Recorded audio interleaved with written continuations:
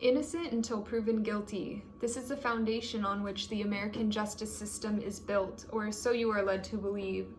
But what if I told you that justice was not always served, and sometimes innocent people find themselves behind bars, locked up for crimes they did not commit? False conviction is a severe human rights violation, and these are wrongs that must be righted.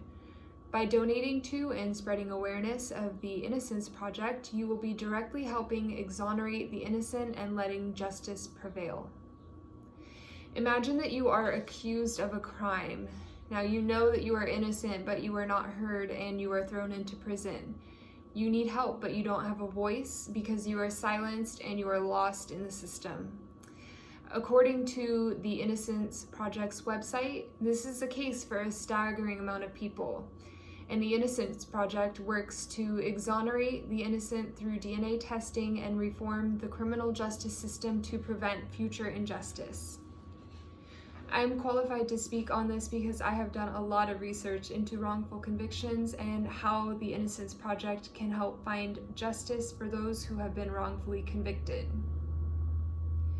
Today, I will discuss what wrongful conviction is, how it happens, and how you can help to ensure that the innocent people behind bars can have a voice. I will begin by discussing the problem of what wrongful conviction is. The problem with innocent people wasting their lives behind bars is an obvious one. We cannot put a price on someone's life and their freedom. It's invaluable. People in this country think that the justice system is there to prevent things like wrongful conviction from happening, but the reality is that a lot of innocent people are slipping through the cracks. As far as the number of innocent people spending their lives in prison, one article, Race, Wrongful Conviction and Exoneration by Hattery and Smith, states that because the cases are handled on an individual basis, it is hard to estimate, but some experts suggest that as much as 6% of our incarcerated population is actually innocent. That is 6% too many. Spending your life behind bars for a crime that you did not commit can have detrimental effects on your psychological and physical well-being. Imagine spending years behind bars and not having a voice to prove your innocence. Innocent people are wasting away behind bars in jails and prisons and deserve the chance to prove their innocence. One article from CNN, written by Dakin Andone, tells the story of a man who spent 31 years behind bars for a crime he did not commit. And when he was finally exonerated and proven to be innocent, he received a measly $75. This is a serious injustice.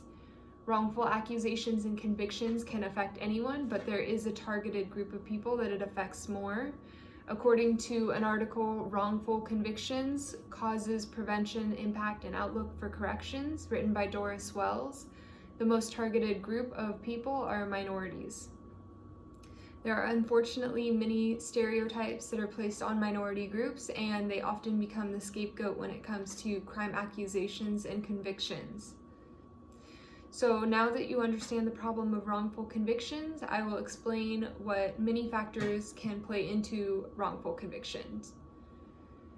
There are many factors that go into a wrongful conviction which can ultimately lead to an innocent person being behind bars. A big issue with our legal system is that we often rely on eyewitness testimony. We rely heavily on eyewitness accounts, partly because it is the oldest form of testimony. If you think back to caveman days, if someone stole food from your cave or your neighbor's cave and you saw it, you would point to the perpetrator. Back then, the population was obviously a lot smaller and people lived in small communities where everyone knew each other well, so eyewitness testimony was reliable for that time.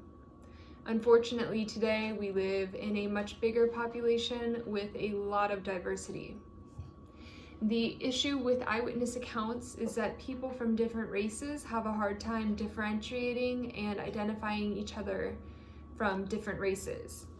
In other words, a person who is African American will have a hard time distinguishing faces between people of Chinese descent. This is across the board for all races, and it is easier for people to remember and recognize faces from their own race. Another issue is memory. Memory is not always spot on, and this can prove to be a problem in eyewitness account testimony as well. According to law article Error May Be in the Eye of the Beholder, written by Jane Pribeck, our brains are not wired to remember details of an individual's face or body when we are under attack or in a crisis situation. We're in survival mode, which means that our attention goes to the source of the problem, aka the knife or the gun that the attacker is holding. Issues with memory and trouble identifying people of different races can ultimately lead to a false identification and lead prosecutors down the wrong path. Sometimes prosecutors simply want to close a case and get somebody behind bars, which can lead to poor handling of the case and influencing of the witness to make a false identification. The pressure can be huge on a witness to positively identify the perpetrator, and many times they feel coerced into making an ID, even if they're not 100% sure.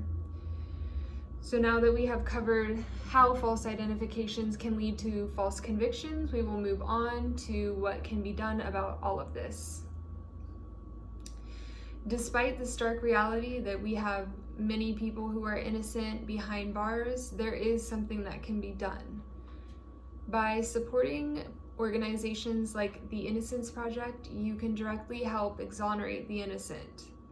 The organization has a team of lawyers and legal personnel whose ultimate goal is to get as many innocent people out of prison as they can. They are a voice for the voiceless. Now, you can help simply by getting the word out. Starting a conversation about this organization can help spread the word and raise people's awareness on the issue at hand. An article written by Douglas Garrison, Proactively Engaging the Media, Producing an Enlightened Perspective, showcases the benefits of spreading the word.